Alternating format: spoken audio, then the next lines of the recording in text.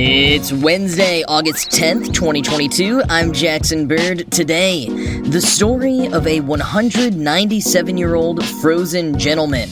A tale that will take us from unprecedented weather events and the 19th century version of misinformation to Mary Wollstonecraft Shelley, a 1980s medical miracle, and a brief shout-out to the OG velocipede. Plus, Austrian Burger King says you're abnormal if you like meat. And the upcoming live-action Pac-Man movie. Here's some cool stuff for your ride home. One of my favorite phenomenons in history is the year without a summer, 1816. The year prior, Mount Tambora had erupted in Indonesia, one of the largest volcanic eruptions in recorded history, killing nearly all 12,000 of its residents and causing huge clouds of dust to blanket the skies in total darkness for days. Those clouds of ash would continue circulating in the upper atmosphere for years afterwards, and the effects were felt far and wide. The following summer, in 1816, the ash blocking the sun caused temperatures to plummet from their usual averages. It was 45 degrees Fahrenheit on July 4th in Savannah, Georgia. New England saw snowstorms that same month. Dark rainfall permeated all summer long in Europe. Crops failed, spawning ripple effects in food shortages, rioting, and more. With the world having gone so topsy-turvy, it's not entirely surprising that a few lasting changes and innovations resulted from the year without a summer. The shortage in oats used to feed livestock meant there were less horses around. They died of starvation or were killed to become meat. German Baron Karl Drais had already been tinkering around with some sort of human-powered alternative to horses for military purposes, but the shortage of oats and therefore horses that summer pushed him deeper into his brainstorming. He eventually came up with a two-wheel upright machine that relied on balance and momentum. He called it the Laufmaschine, or running machine. We now call it the bicycle. This dark and trying summer would also birth the sci-fi genre. It was the relentless storms and flooding that summer that pushed Lord Byron, Percy Shelley, and Mary Wollstonecraft Shelley indoors during their stay at a villa in Geneva. Unable to enjoy their outdoor surroundings and leaning into the spooky vibes of the weather, Byron proposed that they all come up with ghost stories to entertain one another. While Byron's personal physician, Dr. John Polidori's story The Vampire is sometimes credited with birthing the modern vampire romance, it was Mary Shelley's Frankenstein that would make the true lasting mark, spawning a whole new genre and continuing to be read by students and fans around the world to this day. But it turns out that wasn't the only summer weather event that inspired Mary Shelley's writing. A decade later, after suffering the loss of her husband Percy, Shelley was a single mother, surviving on selling her stories as often as she could. And that summer, in 1826, Great Britain experienced unusually hot weather. Looking for a way to entertain their more lethargic readers with a chilling story, British newspapers latched onto a surreal account first reported in France's Journal du Commerce de Lyon. The journal reported that a Dr. Jason Hortham had recently discovered what looked like the body of an approximately 30-year-old man at the foot of a mountain while in Switzerland, buried under a huge amount of ice and snow, likely from an avalanche. Because the body seemed fresh when Dr. Hortham happened upon it, as if it had only been there for about a half hour, the doctor proceeded to make an attempt to save the poor chap's life. He plunged the man's body into cold water to thaw, and then lukewarm water, and then a warm bed. And after some time, the man came to, reporting that he was named Roger Dodsworth and had been born in 1629. He'd gone on a trip in 1660 and been buried in the avalanche. That would make him 197 years old when they found him. And apart from some reported stiffness in his joints, he did not look or feel any different than an ordinary man in his 30s. A veritable 19th century Captain America. The unbelievable story was reprinted in a few other French newspapers and then absolutely blew up in the British press.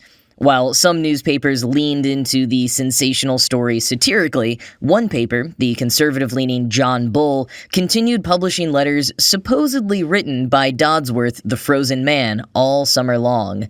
And though it seems like some people did believe the story through the summer, by the fall it had played out, and John Bull concluded the story publishing one final letter from Dodsworth on November 5th. Scholar Charles E. Robinson, writing in the Keats-Shelley Journal back in 1975, clarified that the real historical figure, Roger Dodsworth the Elder, of whom this Iceman Roger Dodsworth claimed to be the son, does not actually carry any record of having ever had a son called Roger. And further, quoting Robinson, the Journal du Commerce de Lyon neither revealed the source of its information nor pursued the story in its later issues, and no journalist in England attempted to discover anything about Dr. James Hotham, of whom I could find no mention in histories of the Hotham family, in matriculation registers, or in professional listings. Lyon, however, seems to have attracted its share of quacks." End quote. Lyon was not unique in that way at the time. Europe and America in the 19th century were rife with hoaxes and hucksters. There was just enough new technology to create illusions, but not enough understanding of the technology for everyone to easily spot them. And the explosion of the press around the world meant many hoaxes were being proliferated in far larger numbers than ever before. Sounds a bit familiar. But anyways, what does all this have to do with Mary Shelley? Well, she was one of the countless Brits reading along at every turn of the Dodsworth story. Quoting JSTOR Daily, "She was constantly on the lookout for new material, and the Roger Dodsworth hoax must have seemed like a surprise gift delivered right into her hands. Apparently inspired by the Dodsworth letters published in John Bull and New Monthly magazine, she dashed down an essay and sent it off to Cyrus Redding, then working editor of the New Monthly magazine. It's not the least bit surprising that Shelley became so fascinated with the hoax's central concept. Throughout her literary career, she never grew weary of exploring the idea of cheating death, either by scientific or alchemical means. Her widely recognized masterpiece, Frankenstein, saw a mad genius construct a conscious creature out of parts of a dead body. Less well known is her 1833 short story, The Mortal Immortal, but it features a professor's assistant who ingests an elixir that allows him to live for more than 300 years. Giving life was her niche, or more appropriately, her science." End quote. A fascination with death and reanimation should come as no surprise. It's not just that, as Robinson put it, she was, quote, "always sympathetic to a lusus naturae," end quote, that is, a freak of nature, but also that the deaths of loved ones were a steady drumbeat of her life. Her mother, prominent feminist Mary Wollstonecraft, died from complications of childbirth just a month after Mary was born. The first 3 of her own 4 children died as infants or small children, and her husband Percy died in a shipwreck just 8 years after they first met. She's said to have often frequented her mother's grave to speak with her and to have carried the remains of Percy's heart with her until her own painful and premature death from a suspected brain tumor at age 53. So the story of a man having apparently died in a tragic accident, but being discovered nearly 2 centuries later to still be alive, would no doubt have set Shelley's heart and mind racing. Unfortunately, though perhaps thematically, the essay/short story she submitted for publication to New Monthly magazine was never published in her lifetime. Why the editor, Redding, didn't publish the story when she first submitted it, when the Dodsworth frozen man story was still fresh on everyone's minds, we don't know. But 37 years later, 12 years after Shelley's death, Redding found the story again among a mass of papers in his office and finally published it. But after that initial publication, the story would once again be set aside, hidden as if under a sheet of ice for another 112 years, a few decades shy of the time Dodsworth was allegedly buried beneath ice himself, when Charles Robinson revived the tale again in the Keats-Shelley Journal in 1975. Now, particularly given the utter lack of sources Robinson was able to find at each turn of the story, and just the very nature of the story, a man frozen for 200 years and being reanimated with hardly any physical or cognitive maladaptations, it does seem all but certain this was one big hoax. But The idea that someone could be completely frozen and then reanimated and live to not just tell the tale, but go forth and have a completely unremarkable life does actually have precedent. It's just we're talking about being frozen for a matter of hours, not centuries. Science Alert recently dug into the 1980 case of Jean Hilliard, whose car stalled after midnight on New Year's Eve in the middle of a Minnesota snowstorm. Not dressed for the negative 22 degrees Fahrenheit weather, she nonetheless got out of her car to try to get help. As Science Alert reports it, at some point she tripped and lost consciousness. 6 hours later, she was found by a friend of hers named Wally Nelson. At first, Nelson thought she was dead. But then he saw some small bubbles coming out of her nose. He pulled her out of the snow, and with the help of medical responders and a lot of heating pads, Hilliard came to in just a few hours. Later that day, she was talking, walking, and completely unaffected except for a few blistered toes. And just to emphasize how frozen she was when she was found, quoting Science Alert, her body temperature was barely 27 degrees Celsius, a full 10 degrees below that of a healthy human. She was apparently frozen. Her face was ashen, eyes solid, and her skin reportedly too hard to be punctured by a hypodermic needle. In the words of George Sather, the physician who treated her, the body was cold, completely solid, just like a piece of meat out of a deep freeze. End quote. Now, Science Alert notes that cases of extreme hypothermia being survivable have been reported. Not often, but enough for us to know it's a real phenomenon. But Hilliard's is one of the most extreme cases out there. How on earth did she survive? Here's what Science Alert says, quote, "Unlike many materials, water takes up a greater volume as a solid than it does as a liquid. This expansion is bad news for body tissues caught in the cold, as their liquid contents risk swelling to the point of rupturing their containers. Even a few stray ice crystals blooming in the wrong place can pierce cell membranes with their needle-like shards, reducing extremities to blackened patches of dead skin and muscle, or what we commonly know as frostbite. Without anything more to go on than external observations, it's hard to say for sure how Hilliard's body withstood being frozen. Was there something unique about her body chemistry, or even the makeup of her tissues? Maybe. A far more important question is what exactly frozen means in this case. Although low, Hilliard's core body temperature was reportedly still far above freezing. There's a world of difference between a metaphorical chilled to the bone and literal solidified water in the veins. End quote. Yeah, it was reported that her body was so solid it couldn't even be pierced with a needle. But apparently, this sort of muscle rigidity is a common sign of severe hypothermia. It's closer to rigor mortis than a sign that her internal fluids had actually frozen over. Other symptoms reported, like glassy, solid-appearing eyes and a cold, white body surface, were likely due to the body shutting off certain functions in order to keep the most important bits still going. And, of course, like Dodsworth, there's much we can still question about the reported accounts of Hilliard's night in the snow. But the more we learn about our supremely weird bodies, the more science does back up at least most of Hilliard's case. Dodsworth, however, short of some breakthroughs in cryogenic preservation, which many people are working on, I don't think we'll be getting any scientific evidence of a man surviving 197 years on ice just on accident. The more fascinating parts of the story to me are the nature of hoaxes and misinformation, and how much naturally occurring phenomena, like unique weather events, can both unite and divide people across nations, and lead to arts and innovation that we will continue to use for generations to come.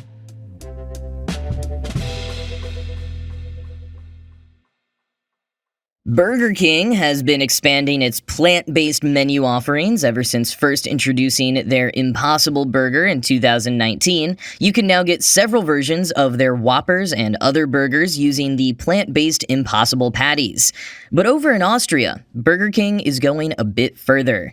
An experiment in one restaurant in Vienna has made Impossible patties the default. Unless a customer specifies that they want a meat patty, they'll be given an Impossible one. A video ad debuting the campaign showed a worker asking customers, normal or with meat, emphasizing that meat is the weird option, not the Impossible patty. Jan-Christoph Kutster, marketing director of the TQSR Group, the Austrian master franchisee of Burger King, said in a statement, quote, "With this question, we want to stimulate the social debate and show that our plant-based alternatives have a confusing taste. Meat is one option, but it's not the only one. We leave it open to our guests what's normal for them. Everyone should have the same taste." End quote. And while some customers were a bit perplexed or even slightly angry in the video, the stunt isn't likely to ruffle too many feathers in Vienna. Over in Belgium, it was recently reported that 1 in 3 burgers sold by Burger King is meat-free, and in some locations, it's 1 in 2.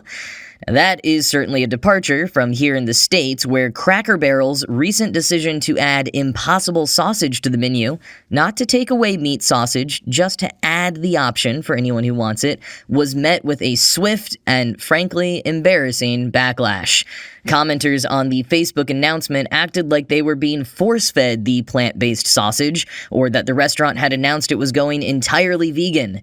One comment read, quote, "The Cracker Barrel has gone woke. It really is the end times," end quote. And another one, quote, "All the more reason to stop eating at Cracker Barrel. This is not what Cracker Barrel was to be all about," end quote.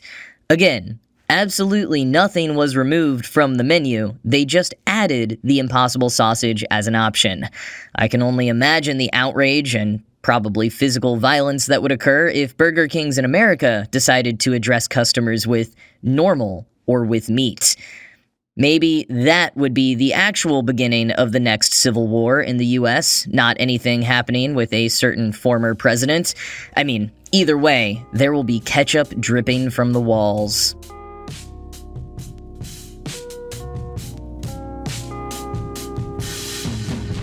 Well, one more American fast food chain in Europe story for you before I go. The last short-lived Domino's franchise in Italy has officially closed its doors.